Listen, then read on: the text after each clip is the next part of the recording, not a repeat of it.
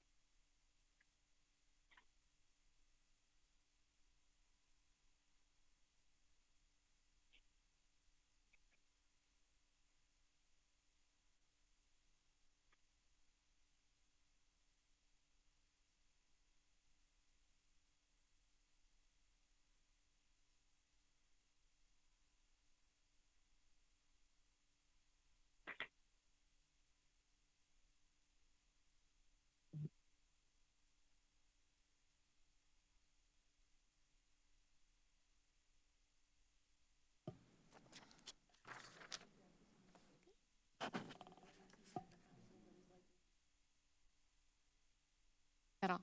Okay, okay. And you said, okay. Great. Well, good evening, everyone. I'd like to call to order this public hearing of the Cunningham Township Board.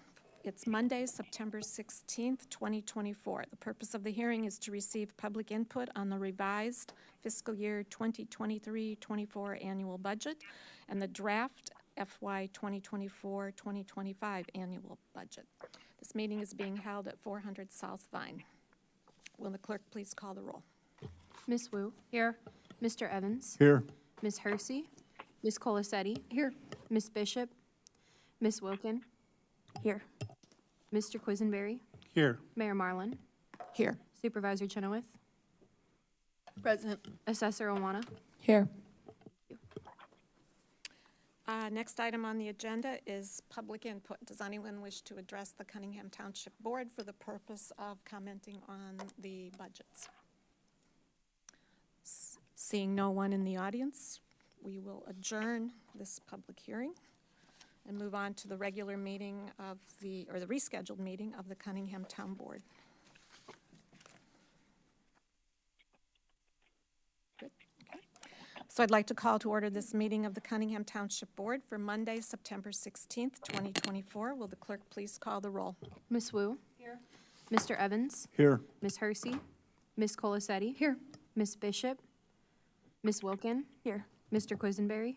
Here. Mayor Marlin. Here. Supervisor Chenoweth. Present. Assessor Owana. Here. Thank you. Next item is approval of minutes from the June 10th, 2024 meeting and the July 8th, 2024 meeting. Is there a motion for approval? So moved. Is there a second? Second. Moved by Mary Alice, seconded by Chris. Any substantial corrections? All those in favor, please say aye. Aye. All those opposed? That motion passes. Next are any additions to the agenda? None? Presentations and public participation. We have no presentation scheduled, and I see no one in the public audience to participate. We'll move on to the committee to verify bills.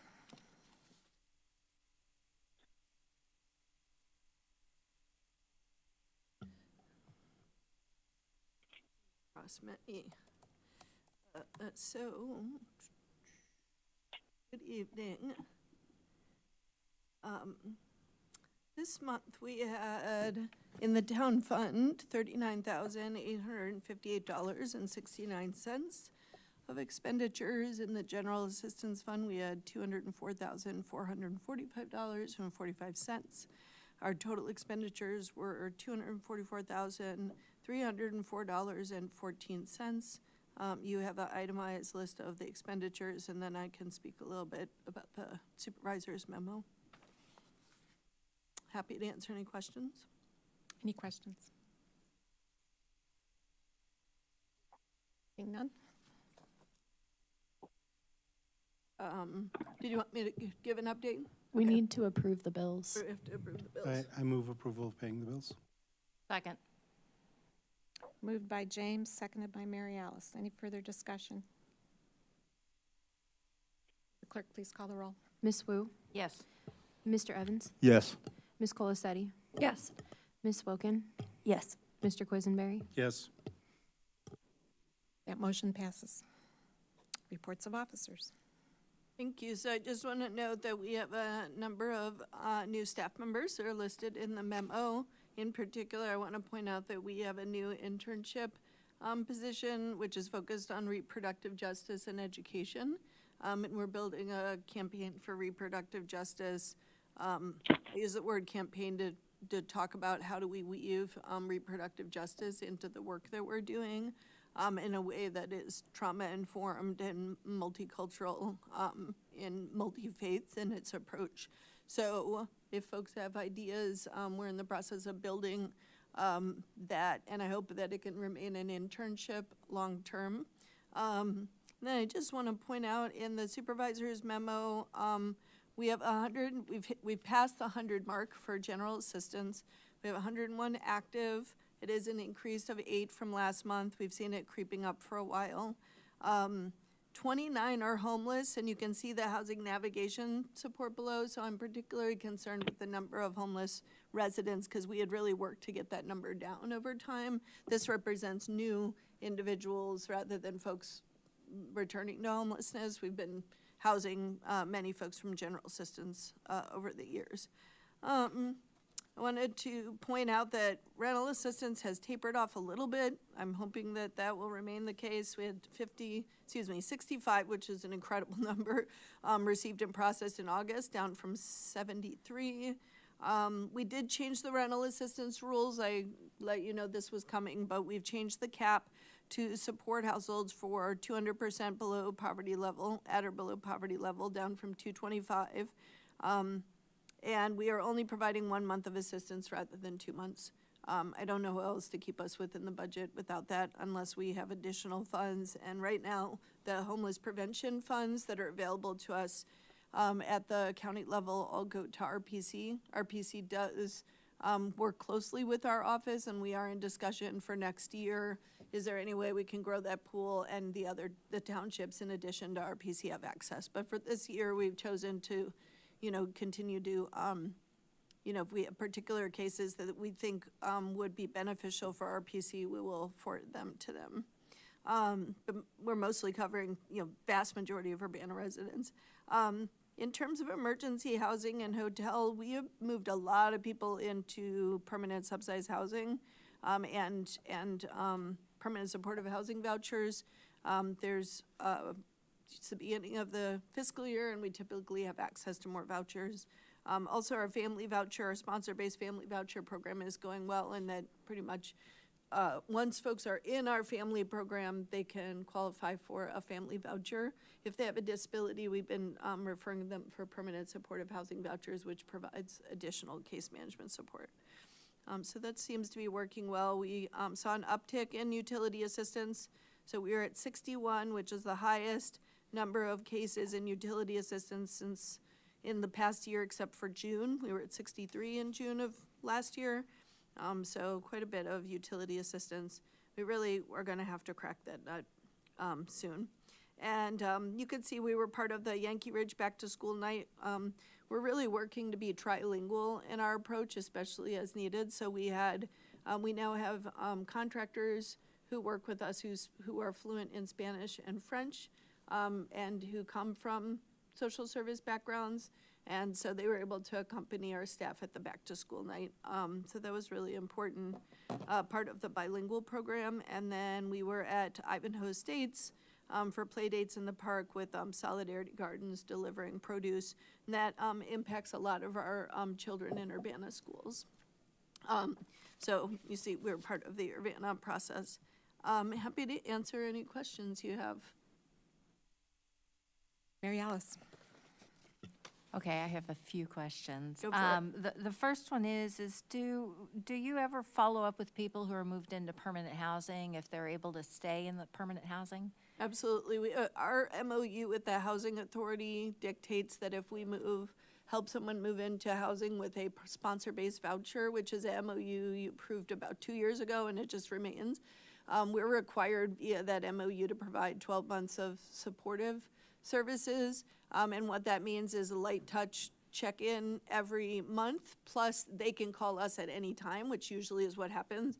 So if they're behind on rent, utilities, other things come up, domestic violence, we basically provide that case management and supportive services. The piece I want to follow up with, and it looks like we're going to have a rental assistance intern, is I would like them to follow up on our rental assistance for us, but potentially for the consortium to look at data points related to rental assistance recipients. So that is not a requirement by any of our MOUs or grants, but I think it's important data. And in the before times, as we say, before the pandemic, we did have interns doing 6-month and 12-month checks. We just haven't had capacity, so I'm hoping to bring that back.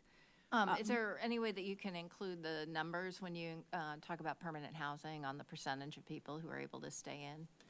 Yeah, absolutely. Okay. I think we haven't surveyed the entire number of those housed. So what I'll probably do is pull out the segment that we are able to survey and give you the data points. Otherwise, it's not going to be accurate to the piece. Okay, that'd be great. Uh-huh. I was wondering if you had any thoughts about the reason for the increase in general assistance? I would say the entire, despite what anyone says on the television, the economy is not going well for poor people. And so the combination of a pretty significant jump in utility bills and in a pretty significant jump in food costs, and then we saw people's rent go up by up to $500 increase in 1 year. I'd really like, that is the reason that people are in this situation, is that the price of everything has gone up. While we've seen modest increases in minimum wage, but they go up by $1 a year, which was a great victory. We'll be at 15 by January, but it's nowhere close to catching up with the costs of goods and services. The basics, utilities, rent, and food are really the basic pieces. That's why we're seeing it. And, I think that we are seeing unemployment. I mean, if you look in Urbana and you look at Champaign County, you see that unemployment rates are, have definitely come down from the pandemic times. So we've seen some recovery there. But I think we're still dealing with the inflationary costs. And I would say the utility costs are, I can't believe some of the bills that I'm seeing. I really think we're going to have to think about a tool, probably working with the city, with RPC, like how do we actually help tenants weatherize their homes? Because there is a weatherization program for homeowners and for landlords, but if the landlord is not paying the utility bill, they have no incentive to weatherize that home. And so I'm seeing utility bills for an apartment that are twice the size of what I have for my house. It just doesn't make any sense at all. I do know at RPC, there's been talk about a discount for gas on utility bills for people who are under a certain percentage. I don't know, didn't write down all the details, but it might be helpful to reach out to them and learn more about that. Okay. Yeah, anytime, if you hear anything about utility assistance, if you could drop me a line, that would be awesome. We work with LIHEAP on a pretty much daily basis. So we have to confirm from LIHEAP that a participant is not eligible for LIHEAP for us to pay utility bills. So we have a real direct line daily conversation. So it might be something that's coming down the pipeline that we're not aware of. Coming down the pipeline. So we can certainly ask about it, but I hadn't heard of anything related to that. I think that the thought is that it's just gas for now, but it might also be electricity in the future, so that might be helpful. And then my last question is I was having a conversation with some people at the refugee center talking about translation and them struggling to find people who could translate for Guatemalan refugees. And I'm wondering if they don't speak Mexican Spanish? Yeah. If you're running into any issues with that. We have, through our contacts, we do have folks, I think it's called, Canabal. And, we do have folks who are able to speak Canabal, and we're also able to, through our Appropriate app, it isn't necessarily on demand. Spanish and French is definitely like on demand, but if we make an appointment in advance, we do have a translation service that can allow us to do that. So we haven't had that issue. I have been trying to get the word out to social service providers that Proprio One is a really great tool. It's worked well for us. I've been sharing that news in case it's useful for other folks, and certainly feel free to share. It's very, very affordable, and there's no retainer. You just pay as you use it. So it's very affordable, I think, for smaller organizations. Thank you. Any other questions? Okay, thank you. Ivana? I have nothing to report beyond what we're going to for the budget later. Okay, thank you. There's no unfinished business. We'll move on to new business. The first item is Resolution T 2024-09-005R, which is a resolution approving and authorizing the appointment of Cunningham Township Assessors and Supervisors Office Attorney. There's a correction to that title. Thank you. Want to take the lead, and then I can, or either way. So as you all know, we are still fighting the Carl/Presence case, and that was the predominant catalyst for seeking out legal representation, in addition to, of course, Fred Grosser retiring just a few months ago. And so while we were at the IAAO conference just a couple weeks ago, the International Association for Assessing Officers conference, we happened to run into a couple representatives from OMFM Law, and we've since been speaking with their office. We find that they are a good fit both for us and for the supervisors' needs moving forward with not just the Carl and Presence case, but also for any daily use that we would have. And I would just like to note that they will be in for the closed session as well. They're going to be calling in.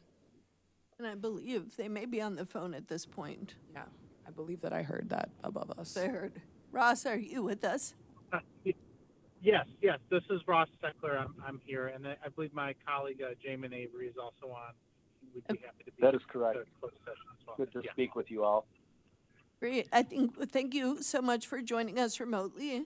I just want to share a few notes and then have our proposed attorney introduce themselves. So both the Assessor and Supervisor's Office has reviewed their background and credentials and had a deep dive conversation. Obviously, there's a lot of pieces at play with some of the property tax cases. But I feel comfortable with this organization, Ross and his team, working on HR and employment matters. They can speak to this, but they are represent a number of townships in the Cook County area. They have property acquisition experience, general assistance experience, some tenant-landlord relations, and can support us with some of our financial and audit-based questions. So we were really impressed with that, and it's hard to find folks with that specific township experience. And then they have pretty significant experience in property taxes. And Ross, I was just wondering if you could offer an introduction for your organization to the town board members assembled, and if you have any questions for them, feel free. Yeah, absolutely, and thank you all very much for having us and for considering, and thank you to Supervisor and Assessor for bringing us here. My name is Ross Steckler. I'm the partner to be the main point of contact for Cunningham Township. I chair our township division, I guess. We represent about 9 different townships. We're based, our main office is in Evergreen Park, Illinois, which is south suburb, right outside of Chicago. But we represent townships kind of all over, while focused in Cook County right now.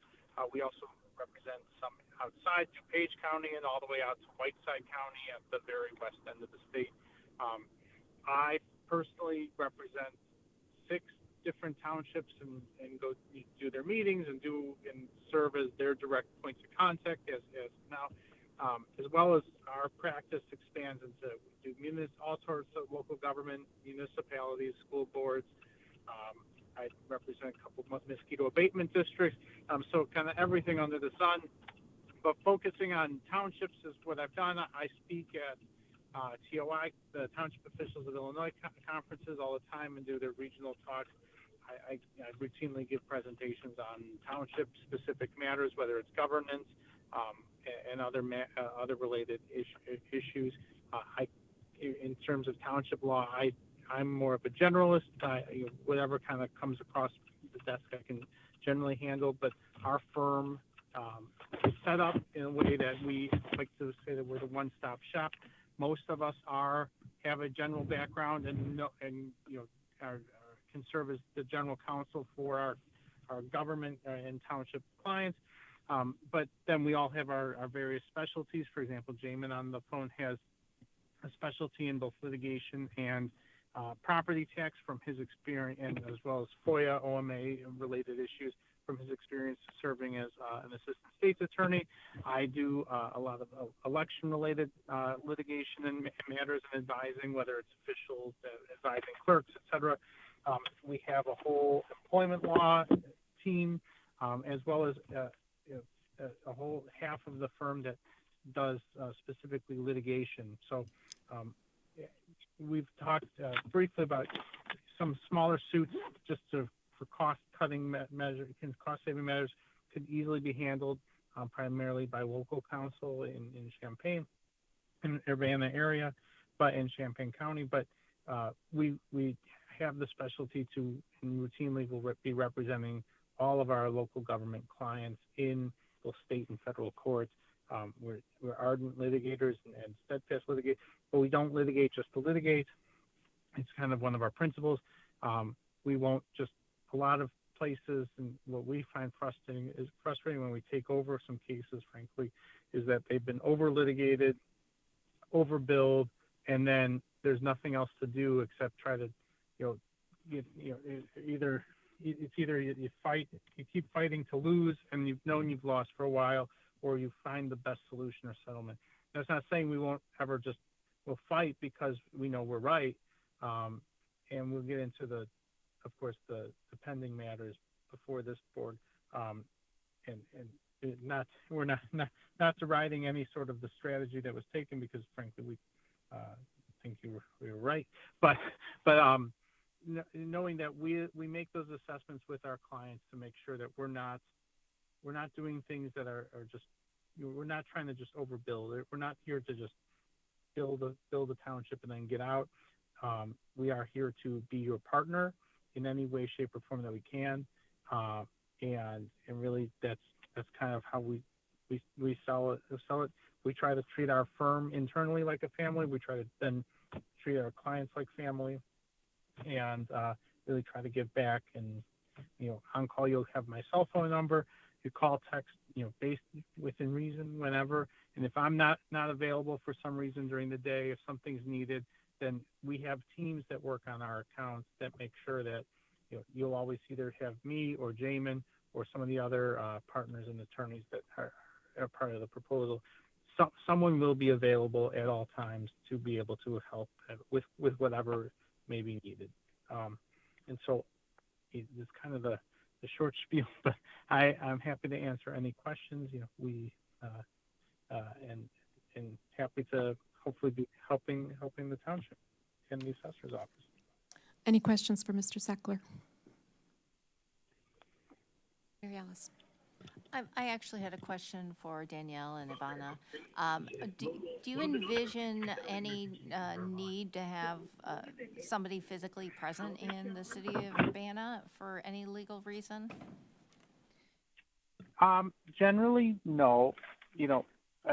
If we're thinking maybe like if necessary, maybe like once a year or so, just to meet everyone and have that press. But I don't. If there's, For litigation, it depends on the situation in the case. Like I said, if there is for the non-tax related matters, having local counsel there for most things would be fine. I don't see it truly needing necessarily to be physically there or having the cost of being there. But of course, if needed and if something arises, and sometimes with litigation it depends on the judge. They accept remote proceedings or otherwise. If someone needs to be there, we will make that happen. That's not an issue at all. It's more, of course, wanting to save on expenses or anything like that. But I don't see it being an issue. Yeah, likewise, when we discussed with the firm, in-person representation, and there will be a need at times, but oftentimes it's in Springfield, so there's travel required anyway if it's PTAB case. If I need representation on location, I have other options here locally. And oftentimes I have access, I've used Land of Lincoln, or I've used the tenant union's free legal staff person. And I don't think that this person would be assigned as a legal representation for the township, but I can purchase a one-off service. Say I need somebody locally to represent a civil case by a disgruntled client in court against a caseworker, and it's township business, and it's going to be dismissed. I wouldn't have this attorney come to Champaign County for that. I would take care of it locally. Thank you. And Any other questions? Grace? Do we need to amend this resolution to include the township? Is that right? Supervisor, not just the assessor? Yeah, so the language that I sent you is that if your motion could be, we move approval of, let's see, I actually sent the exact language. We move approval of the resolution approving and authorizing the appointment of the Cunningham Township Assessor and Supervisor's Office Attorney, and then just move that the resolution should add and supervisors after every instance of assessors. Thank you. So if you could make that motion, we'd appreciate it, and then it would be clear that it's for both sides. Are we ready for a motion? Do you have a question, Grace? I'd move. Okay. Make a motion. I'd move resolution number T 2024-09-005R as amended. Oh gosh, I'm getting off. Okay, so to amend it as a resolution approving and authorizing the appointment of the Cunningham Township Assessors and Supervisors Office Attorney with amendments of adding and supervisor to the resolution language in every instance that assessors appears. Second. Moved by Grace, seconded by Mary Alice. Further discussion?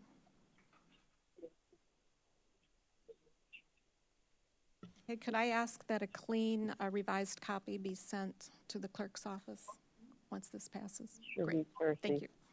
Will the clerk please call the roll? Ms. Wu, Yes. Mr. Evans, Yes. Ms. Colasetti, Yes. Ms. Wilkin, Yes. Mr. Quisenberry. Yes. That motion, Sharice is here. that motion passes. Next item on the agenda is a closed session per 5 ILCS 120/2C11 for pending litigation. May I have a motion? So moved. Is there a second? Second, Is that Sharice? second. Yep, Sharice has joined us. Will the clerk please call the roll?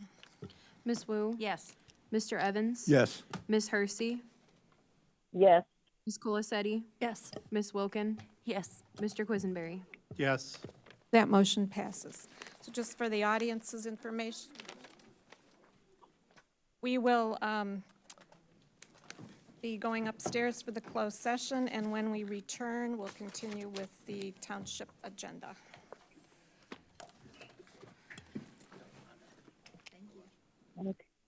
Okay, I guess I gotta do that now. And Sharice, you have instructions on how to call in to the executive conference room close- phone. Yep, I got it. It's the same number, only had to have a different passcode, right? Correct. Okay.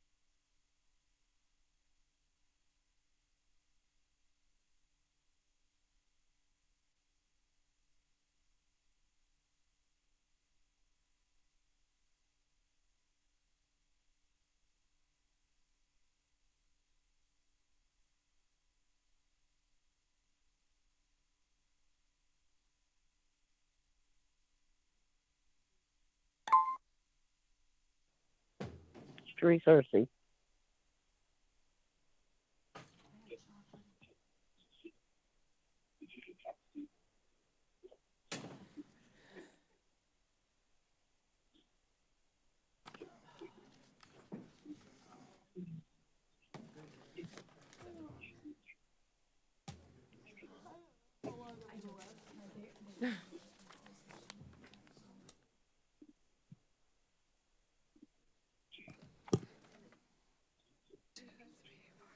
Okay, we'll need a motion to come into open session.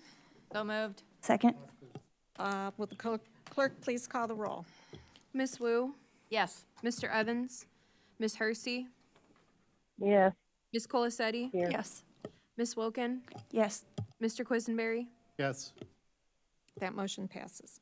Next item is ordinance T 2024-09-003, an ordinance approving the annual budget and appropriation ordinance for fiscal year 2023-2024 amended.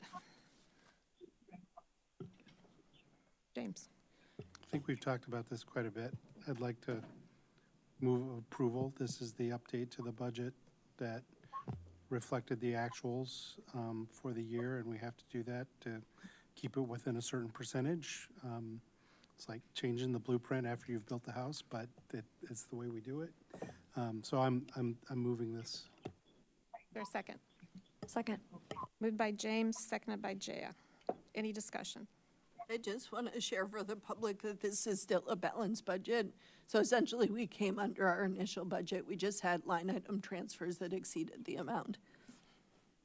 We actually had a surplus of 1.227 approximately million. Million? Yes? Also, as a point of order, I apologize. I don't think when you made the motion that you read the ordinance title. Okay, I can do that. I move ordinance T-2024-09-003, an ordinance approving the annual budget and appropriation ordinance fiscal year 2023 to 2024 as amended. Second. Grace, did you have a question? Yes. Comment? Yes. Okay. Is that recognition? Did we Yeah, get a okay, second? Jaya was the Yep. second. I think we've talked about this before, and I didn't know if you could give us just a brief reminder, big picture, what you can, of the high ending balance. I think there are kind of some capital things maybe planned, or could you remind us this big kind of ending balance this year? Yeah, so we actually were lucky to cover a lot of our, some of our staffing costs after our growth with grants, specifically IDHS grants, where those staffing costs were eligible. So that's a piece of it. And I think as I've shared with the public and the board, we are seeking to relocate our office by the time we're done growing. So like in a hot minute here, we'll be at 20 FTE. We'll be at 20 staff members, and we typically have 3 to 5 interns as well, so trying to see 25. So we've essentially, our plan was from the beginning, although we saw very high levels of interest, we were able to save with IDHS grants. Some of our existing staff members who have been providing homeless services. We also were able to grow that base of staff members. We're also, this year, fiscal year we're in, able to grow both grants and staff members. And so the goal is to then, that becomes a nest egg for us to be able to purchase property. Thank you. Okay. Any other questions or comments? Will the clerk please call the roll? Miss Wu, Yes. Mr. Evans, Yes. Miss Hersey, Yes. Miss Colacetti, Yes. Miss Wilkin, Yes. Mr. Quisenberry. Yes. That motion passes. Last item under new business is ordinance T 2024-09-004, which is an ordinance approving the annual budget and appropriation ordinance for FY 2024-2025. Would you like a motion on the table before discussion? We both you want have it- presentations. Presentation first, please. Okay, sure, you can go ahead. Actually, I'm sorry, I just want to indicate that the latest version of the budget that you should be looking at was emailed to you, and it incorporates a change that was requested by board members to the assessor's office last night, and a slight correction to how the general assistance budget is viewed. I also received a request from Mary Alice about the breakdown of the staffing line item that I'm happy to go over, and I sent in an email. But I just want to defer to the assessor to talk about some of the changes, since the changes are reflected under the assessor's office.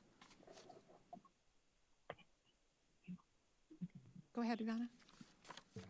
All right, so I did pass out a little handout at the beginning of the meeting to all of you that goes into a little bit greater detail, what I'm going to briefly summarize. But after Mary Alice's email yesterday evening, we did have a phone conversation, so this is just recapping that information. Mary Alice, please feel free to correct at the end if any of this is incorrect or if it is not what we spoke about. So first, just to briefly go over employee bonuses, I fully understand after Mary Alice's explanation that this is not standard practice in most municipalities. It's just something that I have been historically used to, given that I've only worked in this office for the last 5.5 years. So we went ahead and corrected that. It's simply just been a reallocation of those bonus funds directly into everyone's salaries, so that'll be reflected within their biweekly paychecks. And as you can see on that handout, the numbers are updated as such. It's a $2,000 technical bonus, but in this case, we, like I said, reallocation to an increase for Tanmay, as he is my only full-time employee that will be there for the full duration of the fiscal year this year.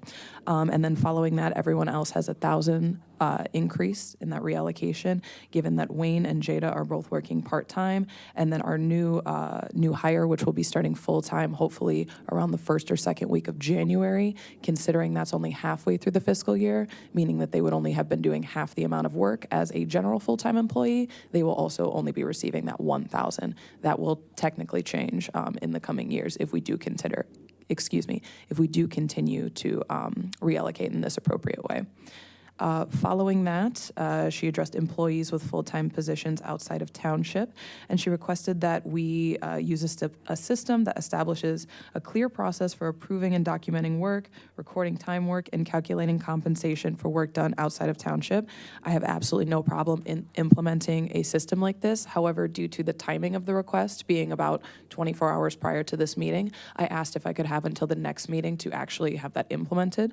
I feel that is a reasonable request, and Mary Alice did agree to that. So I will have information and implementation done for that by the October meeting, whenever that is. I do not know the specific date.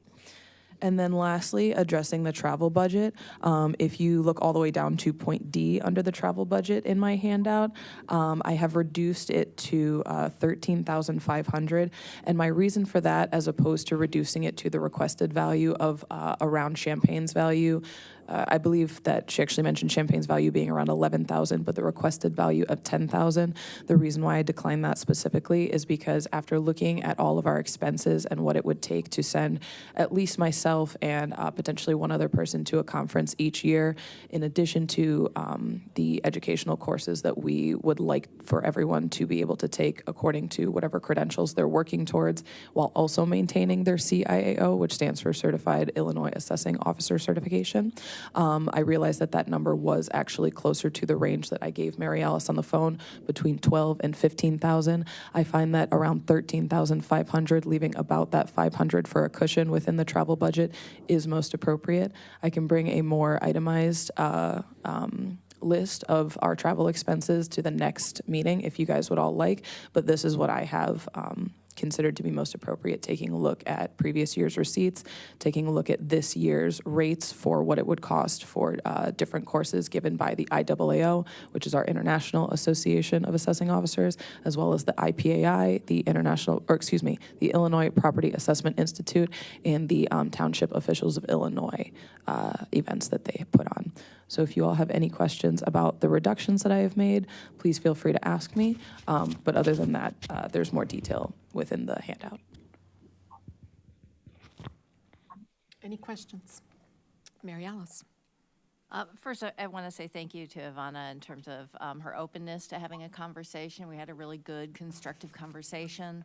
I felt very comfortable at the end of that we were moving in the right direction. And I just appreciate her pulling this information together so quickly.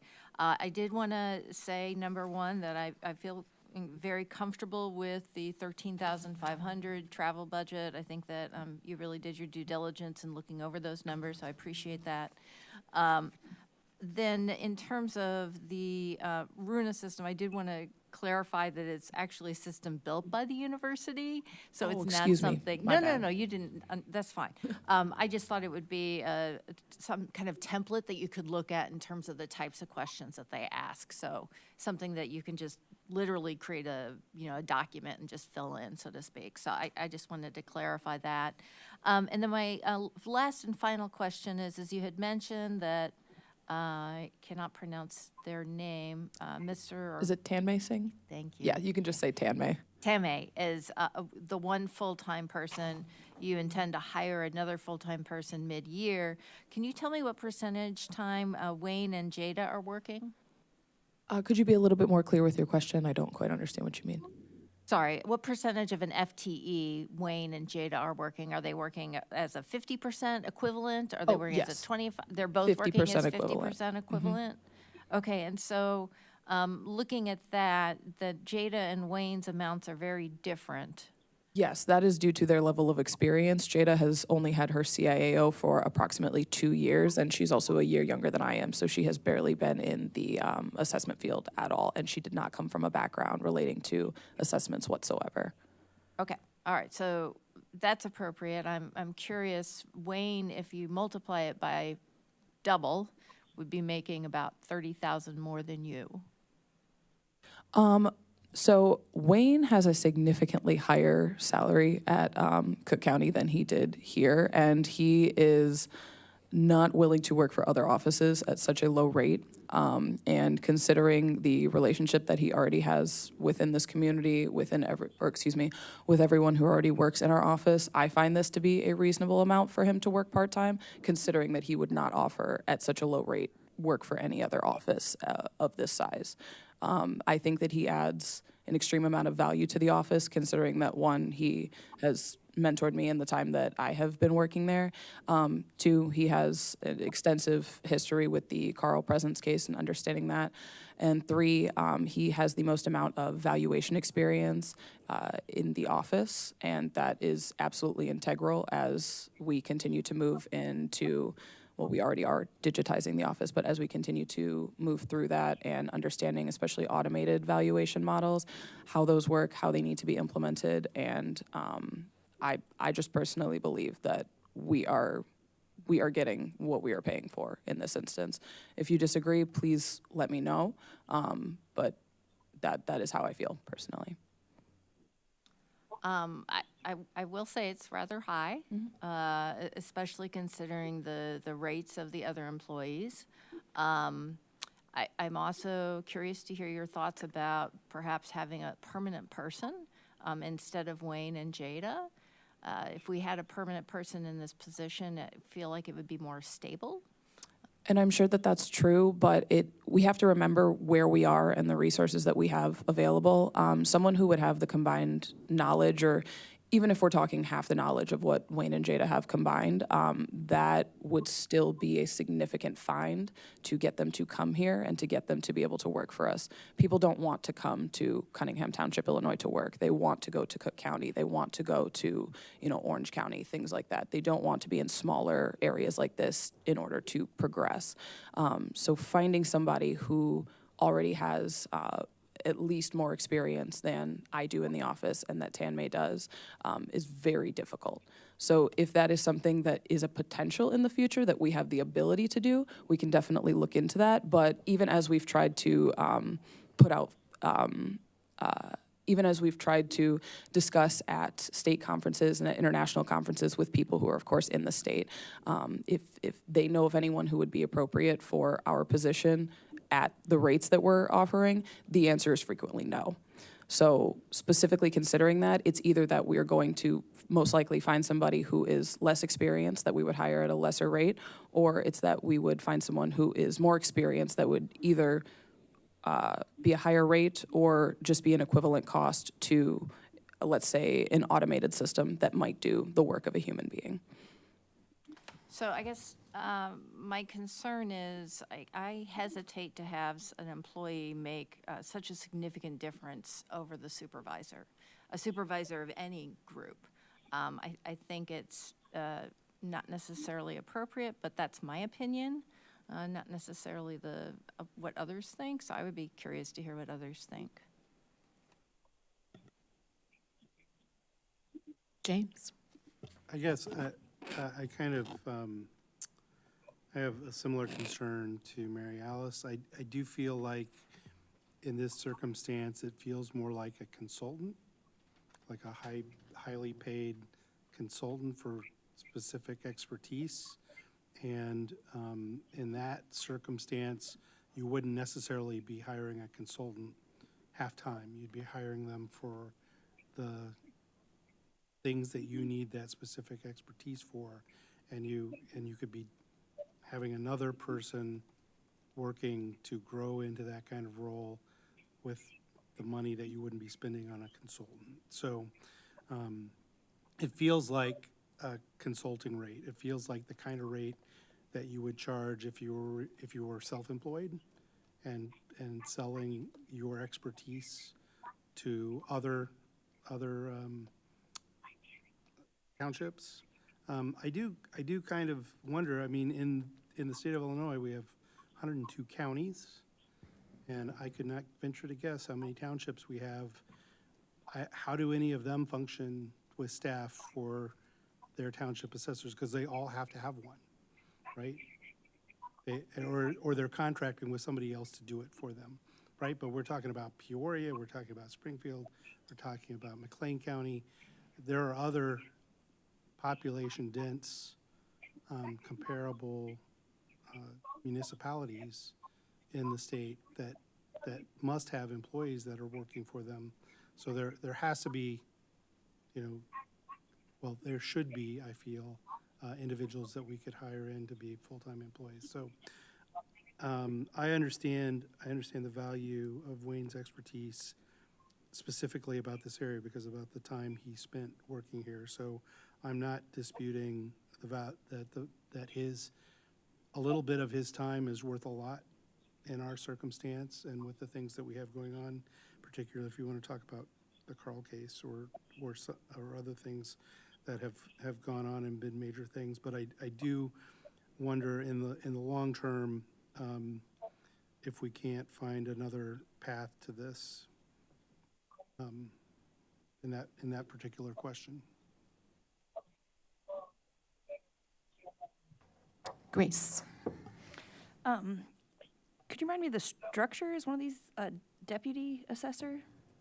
Is one of these staff on the list the deputy assessor? So yes, but deputy assessor is not the highest you could be. That is just the term that we apply for anybody who has their CIAO within the office that is not an intern. So yeah.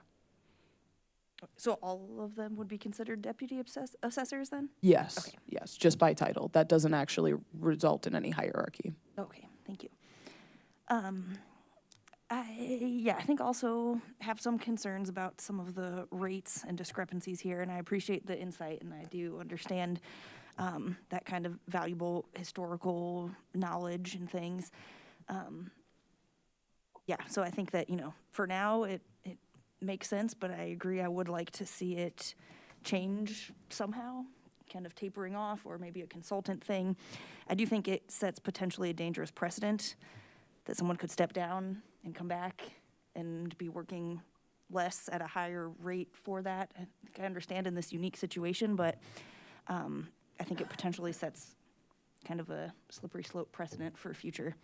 So, also some concerns, but nothing that I want to yank out from under the rug at this point. But I do think that if we could work towards getting away from that kind of model, that would be helpful. Sorry. Jaya. So I think a few things.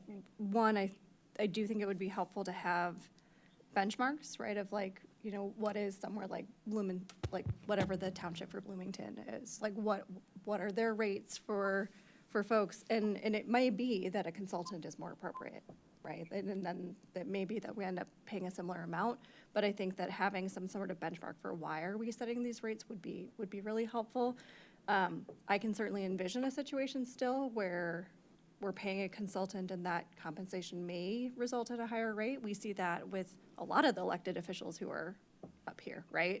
That there are other members of city staff who may be paid more depending on their role than even an elected official. Like, I think that is an important piece for us to keep in mind, that there's a precedence for that too. But I do think that it would be helpful, just as you know, we think about kind of fiduciary responsibility, to say, how are we setting these numbers, right?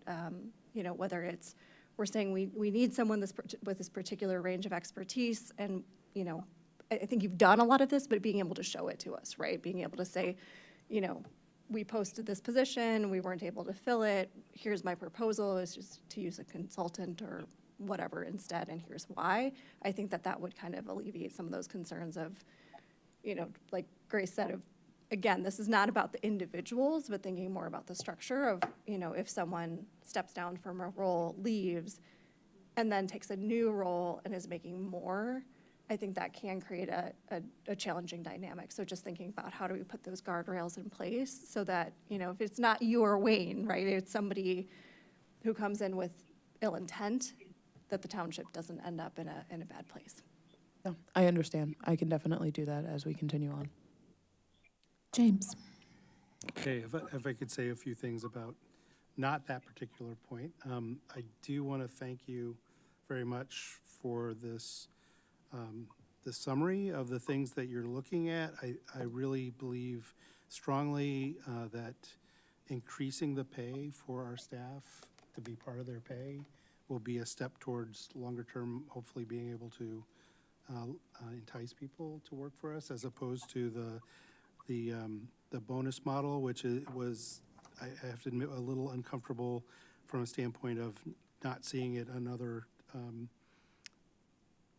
roles in public service. It's not common in that I have seen. I do appreciate that. I think it's a step forward for compensation and transparency. Likewise, the items about tracking time and having a more formal way of looking at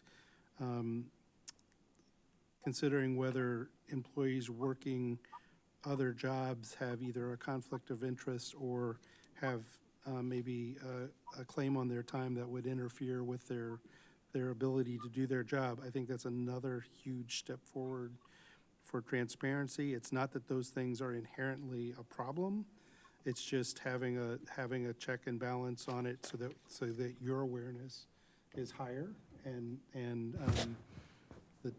the tracking of time is really important from a standpoint of being able for you as the leader and for us as the town board to be able to demonstrate to the public that we know what's going on and it is appropriate. And I want to reiterate that I believe strongly that travel and training to be licensed is important, but I really appreciate you looking at the budget and making an adjustment so that we're being prudent with those funds. And I'm going to be supportive of the training and the travel that we need to do, as long as you have a good case for how we're doing it and it fits in, not line item. I'm not.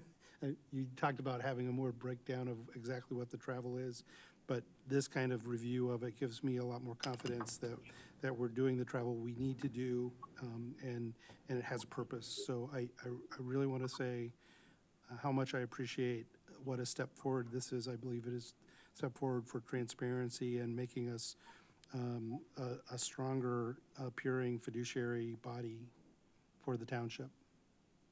Thank you for saying that. I appreciate it. And please, if any of the rest of you have concerns at any point, please feel free to let me know. I'm not always available by phone call, but you can usually catch me either by text or email. So thank you for James and Mary Alice bringing these concerns to me, because I do agree that it offers much more transparency this way. So thank you.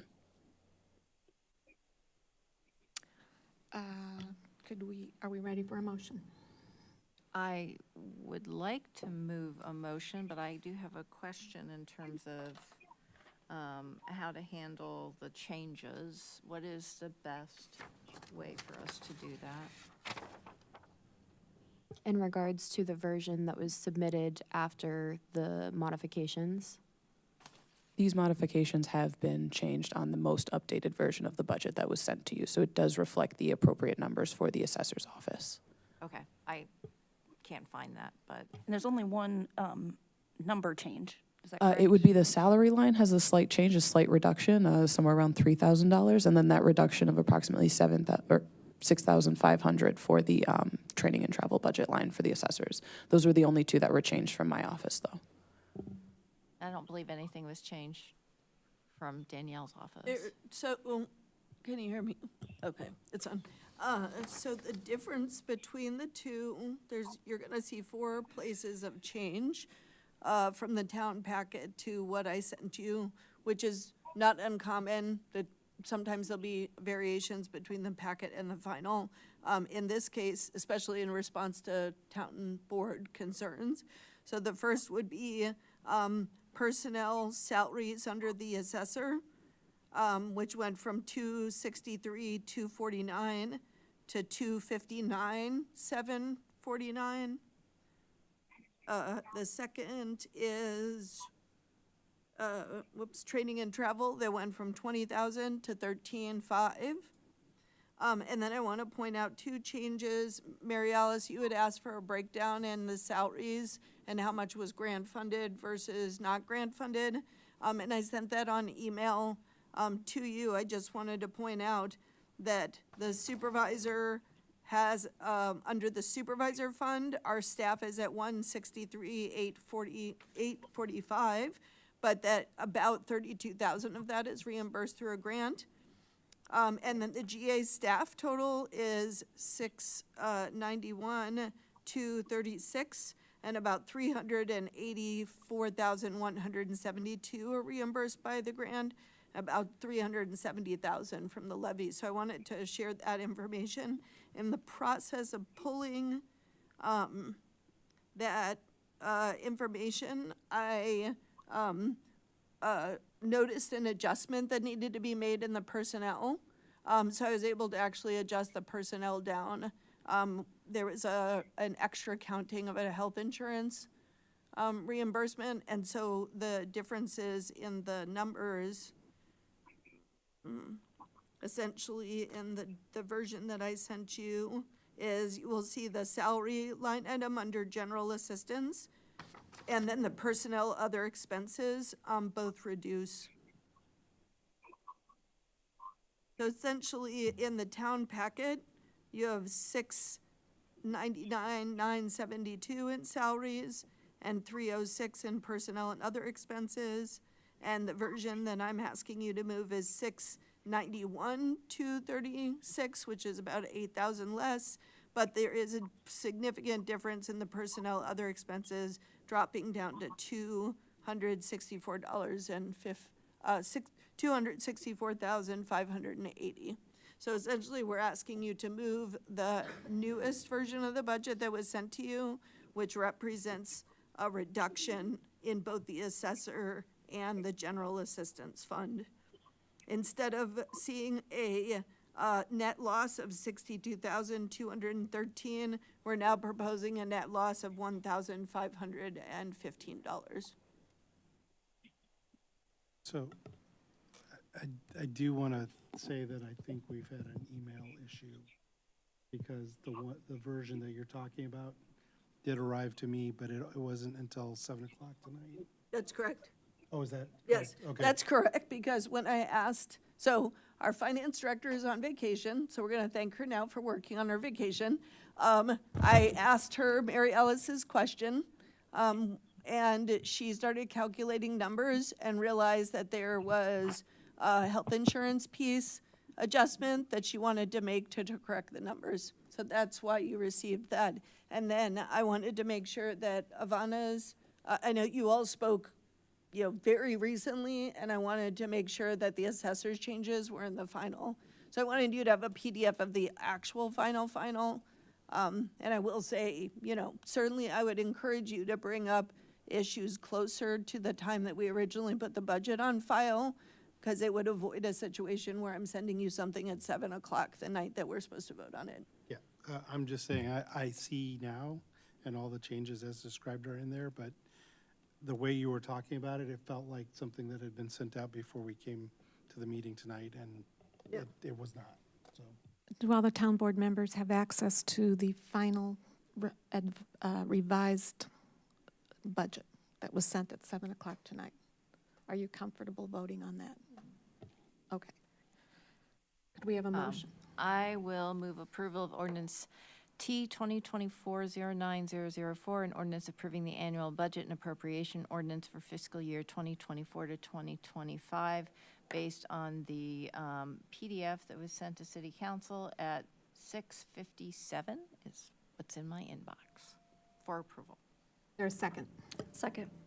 Moved by Mary Alice, seconded by JF. Further discussion? Will the clerk please call the roll?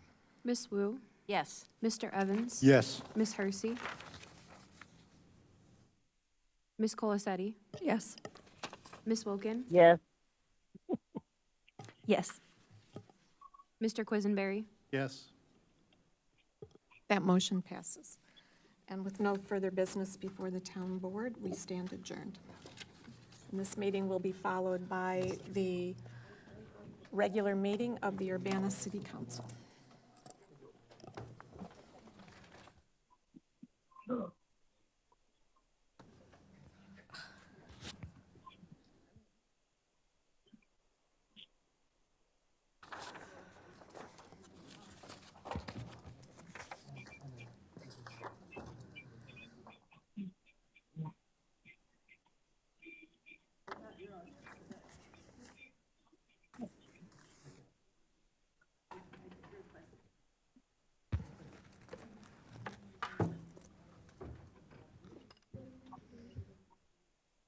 Thank you.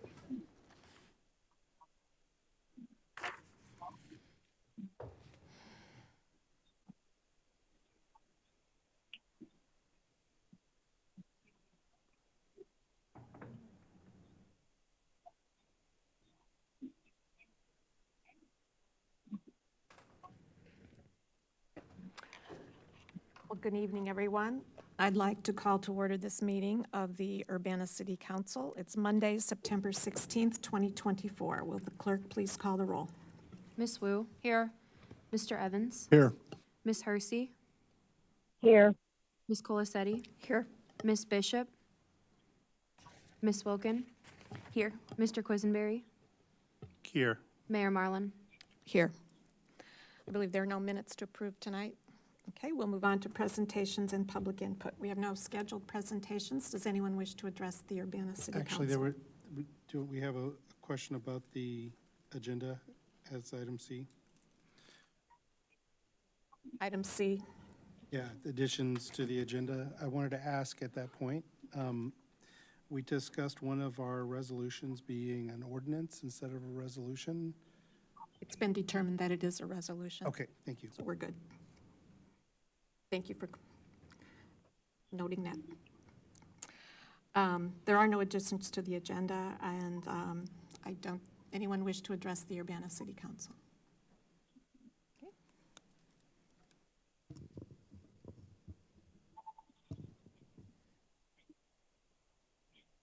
Oh, okay. I believe you're going to read a Bike to Work Day proclamation today, and Yes. okay. So just in case, I just thought I'd take a couple minutes to give a little background to that. I'm the acting chair of the Urbana Bicycle and Pedestrian Advisory Commission, and I'd like to thank Mayor Marlin and all of you for 14 years of support for Bike Month and Bike to Work Day. This started in 2010, and I believe this event is one of the keys to our gold level bike-friendly community recognition.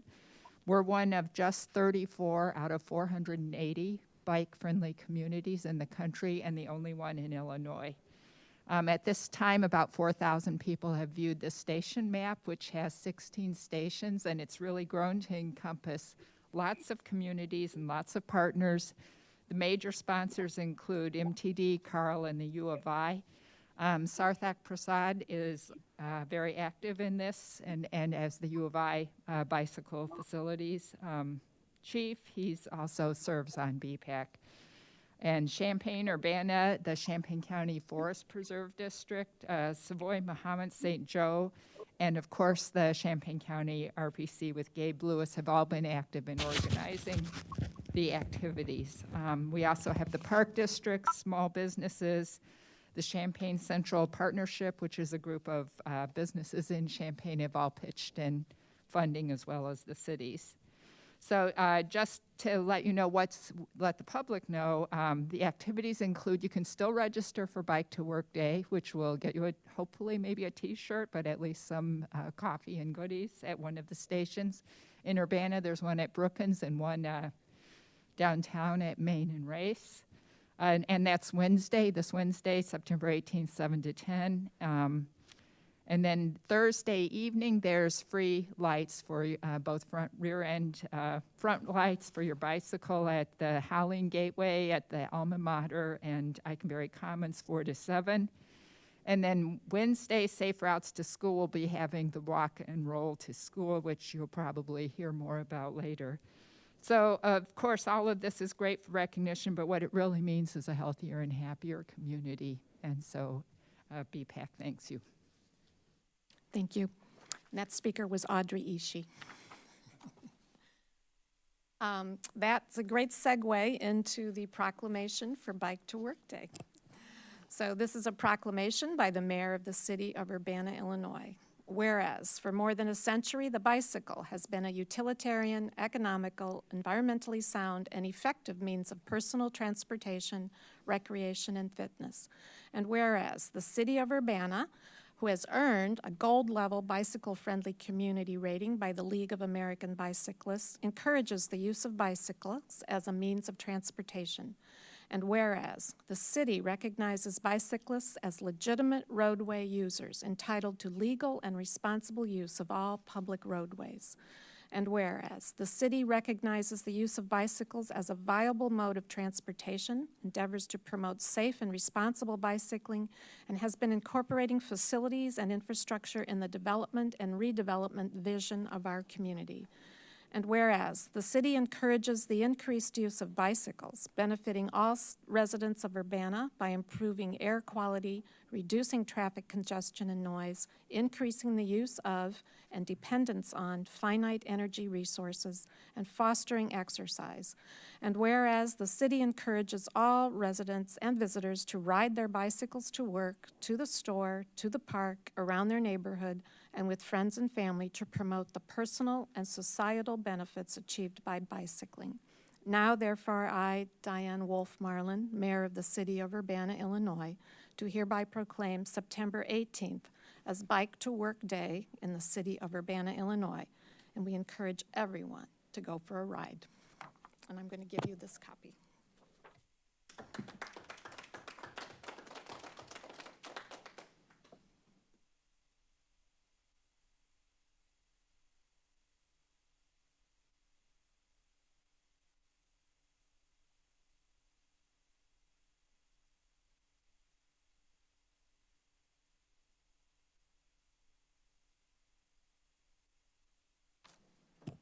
Okay, we'll move on to council input and communication. Grace. Thank you. I have just two things here. I'm hoping that we'll have a public statement from the Urbana Police Department on the mishandling of the potential attempted abduction. I'm not sure if that's in reports of officers. I see just a closed session on the agenda, but I hope that that's included somewhere, as was stated last week. And then the second point about the comprehensive plan ward meetings. There's 2 days left of meetings this week, this Wednesday at various times, and then Thursday in the South Urbana location of St. Matthew's Church from 6 to 7. The 19th on Thursday will be Ward 6 and 7, and then also others on the 18th if people want to share there specifically. So I hope people can make it out. You can find information at the probably searching Imagine Urbana and looking on the city webpage to find some information about these and take a look at the draft. Thank you. Chief Boone will be speaking during reports of officers. Any other council communication? Mary Alice. I'm just going to expand on what Grace said. So the September 18th, there are two options. One at the Tiger Academy, which I believe is on Vine Street from 6 to 7. And then if you want to come at 7 to 8, that one is at the Urbana Free Library. Both of those are this Wednesday. Yeah. Some of what I was going to say has already been said about Imagine Urbana. And I was also going to share, I was not here for this closed session with the update about the attempted abduction, but do plan to get caught up on that and do expect to hear that update as well. Also wanted to just highlight, this is an exciting weekend for the city of Urbana. We have Pygmalion and Pride Fest happening, so it's a great time to be in Urbana, and it's Welcome Week. I think this is just a really, really exciting time to be part of our community and encourage people to get out and enjoy our city. Any other comments? Okay, we'll move on. There are no standing committee reports. We'll move on to the report from the Committee of the Whole. James. All right, this evening, we do not have anything on the consent agenda. So we'll move ahead to the regular agenda first, we have a resolution number 2024-09-060R, a resolution approving a collective bargaining agreement with the American Federation of State, County, and Municipal Employees, AFL-CIO, Council 31, Local 1331.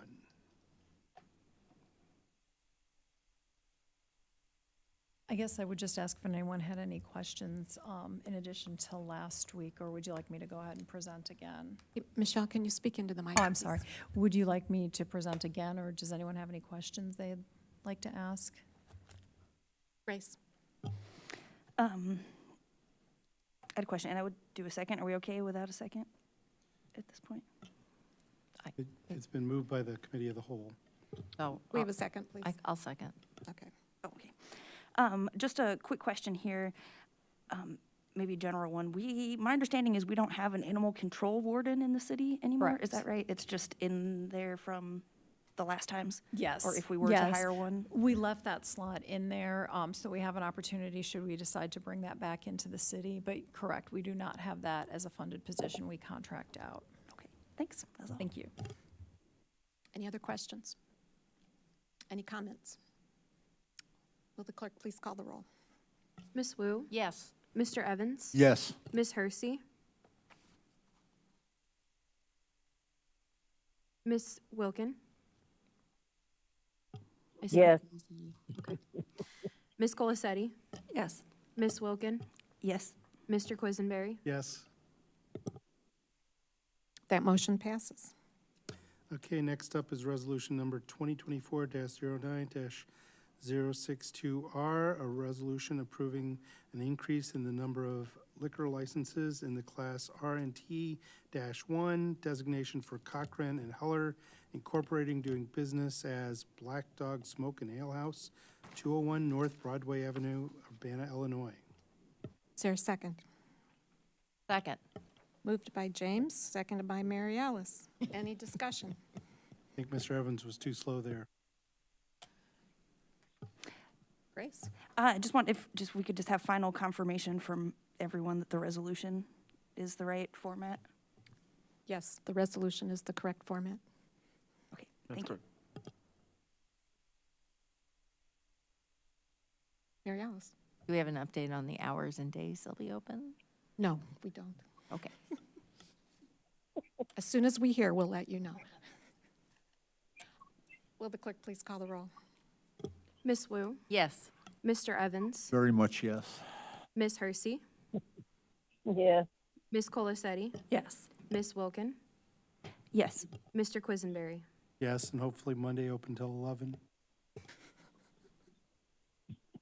Well, we could see what the priorities are. That motion passes. Last item. Last one is resolution number 2024-09-061R, a resolution authorizing an inter-fund loan from the retained risk fund to the motor fuel tax fund. Second. Moved by James, seconded by Mary Alice. Further discussion? Mary Alice? Do we know when we'll hear back in terms of having to, whether or not we will have to pay back the money? Well, we don't know when, but we are. Approximately timeframe. It's an active conversation, so I'm hopeful that we'll have some substantive response by the end of the year, but it's hard to say. Okay, thank you. Any other comments? Will the clerk please call the roll? Ms. Wu, Yes. Mr. Evans? Yes. Ms. Hersey? yes, Ms. Colacetti? Yes. Ms. Wilkin? Yes. Mr. Quisenberry? Yes. That motion passes. And that concludes the agenda items. There are no reports from special committees, reports of officers. I'm just going to tee up the two items. So we have two items under reports of officers tonight. So Will Kolchowski is going to give an update on the special census, and that will be followed by a statement from the Urbana Police Chief Larry Boone, as the mayor mentioned earlier. All right, thank you, Carol. The special census update is pretty brief. The big news is that the special census is underway, and they have sent out the first round of mailings to residents in the special census area, and residents can start taking the census. So there's a couple more rounds of mailings that will occur in September, and then after the mailings, whoever doesn't get counted, the field representatives will go out and physically count the people. So we want to get the word out there to make sure we get as much count on the self-response to make the field representative jobs even easier for them, so we get a highest count possible. So for the next month, you'll see the city, I think, just blasting as much census stuff as anybody can reasonably handle. The kind of advice that we got from the Bureau is the most successful accounts is just kind of a daily thing where you just keep pushing it. So we have a pretty diversified marketing strategy. You'll see yard signs, you'll hear it on the radio, you'll see paid Facebook advertisements. We're reaching out to the university and Daily Illini. So we have a broad scope of avenues that we're reaching out to, trying to get the word out there to make sure we get the count that we need. And other than that, I think we'll be asking all of our partners to help us share the message, just to make sure we get it out. So for everybody out there, share it as much as you can without being obnoxious, and then share it again. And I will add, later this week, we'll have a flyer with a QR code and a map that you can share with all of your constituents, especially if you represent areas of the city that are included in the census blocks that we are going to recount. So that should be coming out later this week. And they are still hiring field representatives. So if you need a job, temporary part-time job, there are jobs available with the census. Mary Alice. Well, that was one of my questions, which is how many field representatives are we that we have not filled? How many spots? Do we know? It's hard. Will, do you have an answer for that? So I think when we first started the process, they had a large number of, I can't remember what it was. We haven't hit that number. The Census Bureau, in talking to them, says, they're not concerned, but it's always a concern, if that makes any sense. So they always want more people, and just because they don't always expect everybody to last. So we have field representatives, or they have field representatives hired. I don't know the exact number, but they always want more. So I don't know the official number as of today. Okay, and I just wanted to say I already received my census letter in the mail. I don't know if others have, but I did pull it out. So Wonderful. They are making it to the households. Wonderful. The official date for the census is October 15th. As we've mentioned, it's underway now, and they hope to conclude by the end of November. So the big push will be this fall. And I want to thank Will Kolchowski, Tarek Azim, and Bridget Broyhand for the extraordinary amount of work they have done on this. And we'll turn this over to Chief Boone and Deputy Chief Searles. All right. Good evening, everyone. Madam Mayor, members of council.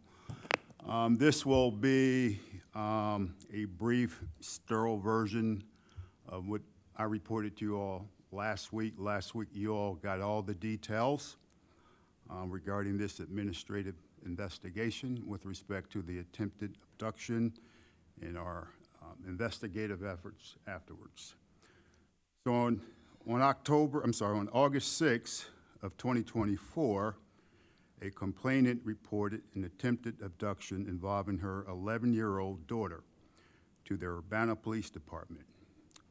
The police services representative misunderstood the call to be a vehicle accident and did not forward it to an officer. This resulted in a delay of the investigation. Now, when I say misunderstood, it wasn't because of any language barrier or anything of that nature. Having listened to the audio, it's very clear what the complainant is saying. It wasn't due to any racial undertones of ignoring the complainant. I'm surmising it was due to doing multiple tasks at the time of the call. On August 10th of this year, an interim deputy chief was alerted to the situation via Facebook by a concerned citizen. That concerned citizen criticized UPD's response to the incident. The interim deputy chief contacted an officer who was working that day of the incident and instructed that officer to research the call log. There were no calls that was related to the incident. On August 11th of this year, I, Chief Boone, and Deputy Chief Searles were informed of the Facebook post. Chief Searles, who was out of town at the time, forwarded the information to the interim deputy chief, who took over the investigation. The interim deputy chief took several steps on August 12th of this year, including checking with all police services reps and contacting the school resource officer. The school resource officer also reached out to the school administration at Urbana Middle School for information regarding the incident that also yielded no additional information. By August 13th of this year, it was discovered that a school rep had also received a very vague report from a citizen regarding the incident, but the details were unclear and follow-up attempts were unsuccessful.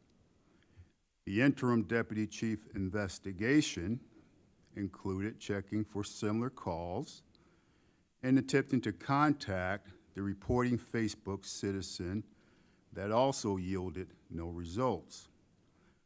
On August 15th of this year, the interim deputy chief spoke with other police services representatives, all confirming they had no record of such a call.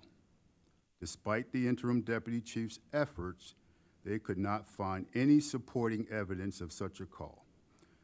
I want to underscore the interim deputy chief spoke to all PSRs except the one that originally took the call on August the 6th. I also want to underscore that these police services representatives are non-sworn. Subsequently, the interim deputy chief posted on the Urbana Police Department Facebook page detailing the efforts I just highlighted to you all. However, his response was unprofessional, and he also, to some degree, criticized and named the citizen who made the original Facebook post. As a result, an administrative investigation was deployed, and as such, I'll have Deputy Chief Searles speak to the outcome due to the administrative investigations with respect to policies, in addition to that, with respect to change of assignments. Good evening.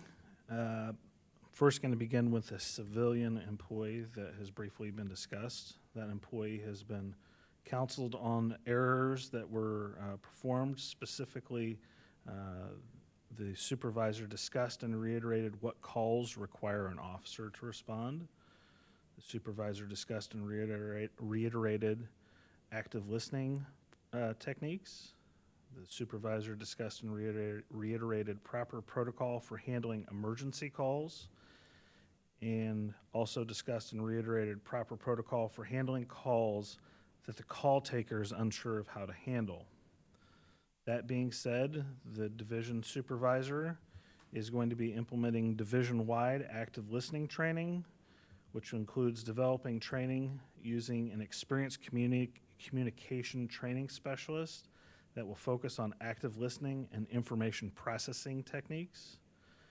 They will also provide division-wide retraining on what I'm referring to as call triaging, what calls to handle, what calls to refer to a supervisor, what calls to refer to an officer, what calls to refer to MECAD 911, and what to do when you're unsure with different calls.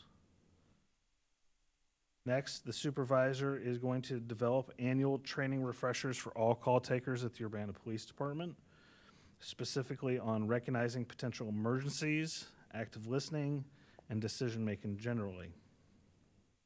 Lastly, the division supervisor is going to implement an audit process for all calls that come to the front desk, where the supervisors of the division will audit various calls to see if personnel there are accurately responding to the phone calls and providing good advice.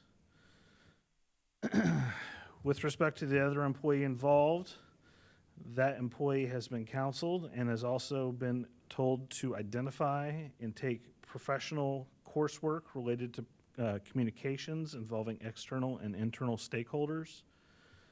That employee has been directed to gather a list of all open projects, investigations, events, or other work that needs to be assigned to anyone at the rank of deputy chief. And that employee has been instructed that upon appointment of another deputy chief, that they will begin a new assignment in the patrol division.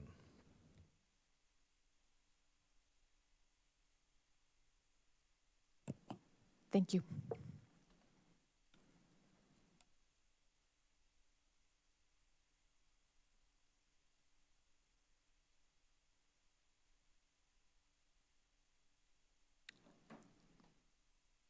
Any other reports of officers? I did have a couple of announcements. First of all, I wanted to let the public know that the first meeting of the Alternative Response Task Force has been postponed to be October 15th, 2024. There's some additional meeting and process logistics that have to be worked out, but this was already scheduled to be the second meeting, so it's on the calendar of the entire task force. So the first meeting again will be October 15th. Next, I wanted to let folks know that today Volo Broadband Services and the Champaign County announced, along with the Housing Authority of Champaign County, a new initiative that will provide wireless internet to about 300 units in the Housing Authority system. These include units at Pinewood Place and Crystal View in Urbana, and this is a huge step forward. It's the beginning of a much larger effort to get wireless internet into Housing Authority properties. At this point, they are hardwired, but they don't have wireless, which has a huge negative impact on ability to do remote learning, telehealth, and get on the internet in general. So that is an excellent first start, and the county ARPA money was used to fund this particular stage of the effort. And finally, as part of Welcoming Week, we're having coffee with the mayor and other city staff tomorrow on the South Lawn, and everyone is invited to attend between 9 and 11. And that's one of many, many, many Welcoming Week activities in the city. Thank you. All right, we have no new business. We'll move on to one mayoral appointment.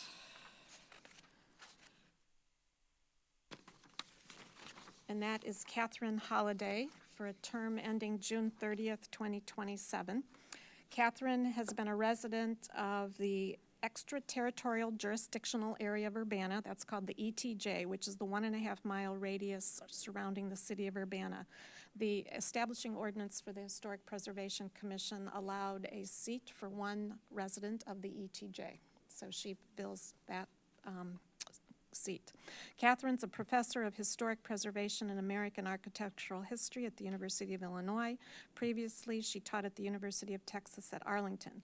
When in Texas, she was on the State Board of Review for National Register Programs for Texas Historical Commission and held a seat on the Board of Directors for Historic Fort Worth for 6 years. In her application, she wrote, I am dedicated to supporting local efforts to steward the built environment and support the efforts of community members to find ways to honor the history of places we call home. Having lived in Urbana for a year now, I've been delighted to be learning a new place and see all the incredible potential for Urbana neighborhoods to contribute to a larger narrative of place as the city continues to grow and develop. So I would ask for a motion to approve the appointment of Catherine Holliday to the Historic Preservation Commission for the term ending June 30th, 2027. So moved. Is there a second? Second. Moved by Grace, seconded by Mary Alice. Any discussion? Will the clerk please call the roll? Miss Wu, Yes. Mr. Evans, Yes. Miss Hersey, yes, Miss Colacetti, Yes. Miss Wilkin, Yes. Mr. Quisenberry. Yes. That motion passes. Discussion item is Airbnb zoning language. And I'm going to tee this up for Kevin if I can. Thank you. So I don't know if you all remember, but about 18 months ago, we had come to you and we had a list of priority items that have been sort of on the back burner for the planning division. And the first one we needed to tackle because of some, what we had hoped was urgent desire on someone's part to develop a piece of property in the B3U zone. That was the priority to pursue at the time. But another issue sort of hard on its heels was dealing with the way we handle short-term rentals or Airbnb and VRBO type units in Urbana. And Kevin's going to explain a little bit about how we handle it and how we'd like to change it. But right now, the system doesn't really work very well for everyone involved. And so I think we're eyeing some simplification that will actually lead to greater compliance. So that's your intro there, Kevin. Okay, thanks, Carol. So yeah, just to open up here. So the way we've been regulating short-term rentals for the past 10 years is not terribly clear or good. So we're really looking for direction from council on how to proceed in this matter. Our regulations are really rooted in what I'd call a classic conception of bed and breakfasts, which leaves some gray areas that don't really contemplate the current short-term rental landscape. For example, single apartments being rented out or whole houses being rented out for the short term. Really, the only complaints that we receive for short-term rentals right now are for, I'd say, someone who is breaking the rules, that type of variety, but not the people are having wild parties or they're causing all sorts of parking problems. So not really nuisance complaints. It's just they're breaking your rules. So it's really short-term rentals are not problematic at this time. And then I just do want to say we have limited staff time, so any approach we take should be cognizant of that. For a little more background, we don't define short-term rentals as a specific use or define them as a term in the zoning ordinance. We only define two subtypes of short-term rentals, those being owner-occupied bed and breakfasts and bed and breakfast inns. Just real quickly, bed and breakfast inns are defined as a converted single-family detached dwelling in which rooms are rented to transient guests on an overnight basis. And it goes on to say that a dining area open to both guests of the inn and to the public as a restaurant, and retail sales are permitted within a bed and breakfast inn if they are subordinate to the use of the inn for lodging. So again, that's kind of a classic conception of a bed and breakfast. And then bed and breakfast owner-occupied is defined as an owner-occupied single-family dwelling or part thereof where rooms are rented to transient guests on an overnight basis. And it says a bed and breakfast shall be subordinate to the principal use as a single-family dwelling. So our current approach for short-term rentals it has been really based on an interpretation of how they fit into sort of one of those definitions, rather than really addressing short-term rentals directly, which is what we would like to do. So we see a few potential approaches to how we would do this. One is business as usual. That's always an option. So we keep treating them the way we have for the past 10 years, which, as I stated, is not terribly clear or good. We could continue down that path, but not to do a spoiler, but that's not desirable. Our definitions leave gray areas. They don't address all types of short-term rentals. So again, sort of renting out a single apartment or a single bedroom aren't really addressed in our current rules. And we also know that we don't have effective or really uniform compliance across the city. However, compliance is important. It's really the only way that we can ensure that these properties are operating safely and appropriately. A second approach would be what we'd call enforcement-heavy compliance, and that would be to essentially keep treating them as we have been, but aggressively enforce against people who are doing short-term rentals. We know this would be problematic because the number of properties we think are out there would make this challenging, and we also think that our current regulations are overly burdensome in order to get the results we are seeking, which is really to address nuisances, which again don't really seem to be a problem. So this would sort of be making a problem where none exists, and I could see this as leading to legal challenges. For example, if someone challenges the way we've been interpreting our zoning ordinance all these years. A third approach, which I'll just cut to the chase, which is what we'll recommend, but we will discuss this, is to amend the zoning ordinance to make compliance easier. And with this approach, we would amend the ordinance to address short-term rentals directly, and then we would fold their registration into our current rental registration program, which works and is very effective. And then one feature of this approach that we really like is that it would make it easier for property owners to comply with, and it wouldn't require us to have a lot of staff time and really onerous enforcement requirements. So this would make our rules more explicit, more clear. It would use our existing permitting system that we have set up, and it would require periodic building safety inspections, which would be good for everybody. So if we take this third approach and amend the zoning ordinance, those amendments could take maybe one of a few different forms. So we could add explicit short-term rental definitions to the zoning ordinance to sort of fill in those gaps. We could amend existing definitions to be more clear or to fill in gaps. We could also remove one or both of the existing definitions. That's an option too. But again, before we get too deep into that, we wanted to bring this to council to get some preliminary feedback, and we really look forward to your questions and comments. Thanks. Chris. Chris. Thanks, Kevin. On option 3, I heard they would be folded into the registration program that we already have now. Would that include them paying in a fee like the others do? They would, yeah. And I don't know the fee off the top of my head. It's not too burdensome. I think it might be $40 or $50 a year. 70, okay. Inflation. Mary Alice. I like the idea of being more explicit in terms of short-term rentals, what that means. I assume, if I remember correctly, owner-occupied buildings. So if somebody owns a duplex and they rent one side and then the other side they own, I don't believe that falls under rental registration, but I could be wrong.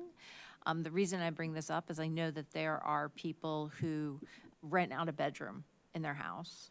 And so kind of thinking about all those different ways that those short-term rentals can show is going to be a little challenging. Just because my neighborhood is always talking about parking, I would ask for parking to be addressed in any kind of short-term rentals to be explicit in terms of what the neighbors can expect. You know I love talking about parking as well, so we will surely address that. Thank you. I have a question. Sharice? Hello? Hello, go ahead. Yeah. Could you define again short-term rental? I don't think we've actually defined short-term rental. The way we've been kind of treating it is anything that's 30 days or less. And I believe that's because we have certain building safety rules that that call anything longer than 30 days sort of a long-term or permanent thing, and anything less than that is transient. But I'm not a building safety expert. I'm just thinking in terms of, because basically of my recent experiences,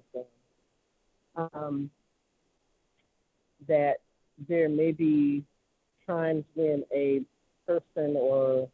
person need to be in the area for more than 30 days, and if the person renting out the Airbnb would be allowed to accommodate that. Yeah, and we might need, or we'd need to probably figure that out. But currently, anything more than 30 days just falls under our rental registration program. So you could do that, but also, there's sort of that gray area of, well, if you're doing it for less than that, then what do you fall under? So that's what we're trying to address here.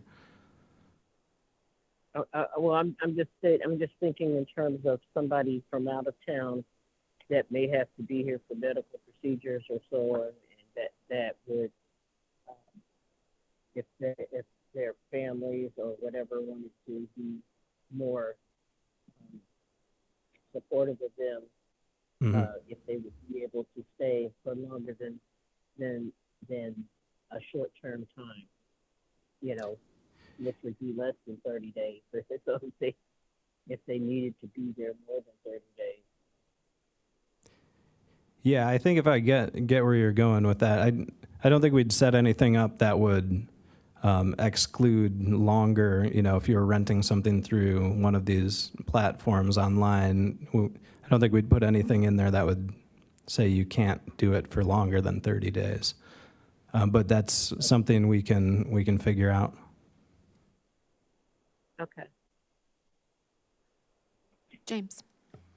So help me out a little bit here. What's the distinction between a short-term rental and a hotel that has a weekly rate for a suite? I don't think we know that, or we don't. There's one important difference. We get a tax Sure. for the hotel when we call it a hotel. And we do get paid from short-term rental companies currently.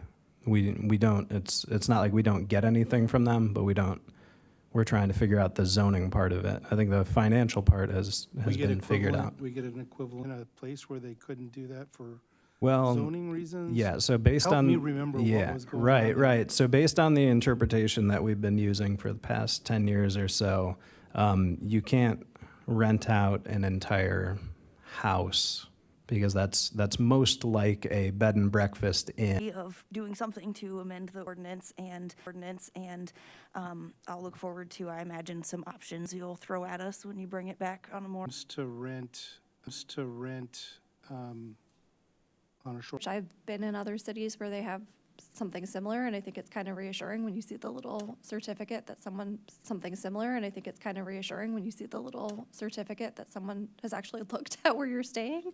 So it seems like a win-win. It's exciting to see this moving, and hopefully wouldn't be too much of a burden on staff. Thank you. Any other comments? If things occur to you over the next few weeks, please feel free to send them to Kevin. Any ideas or questions, he'd be happy to answer. Okay, thank you. Thanks, Kevin. Last item on the agenda is would request a motion to go into closed session per 5 ILCS 120/2C1 regarding personnel. So moved. Is there a second? Second. I'm going to give it to Jaya. Will the clerk please call the roll? Miss Wu, Yes. Mr. Evans, Yes. Miss Hersey, Yes. Miss Colacetti, Yes. Miss Wilkin, Yes. Mr. Quisenberry. Yes. That motion passes, and for folks watching from home, we'll go into closed session, and when we come out, we'll immediately adjourn.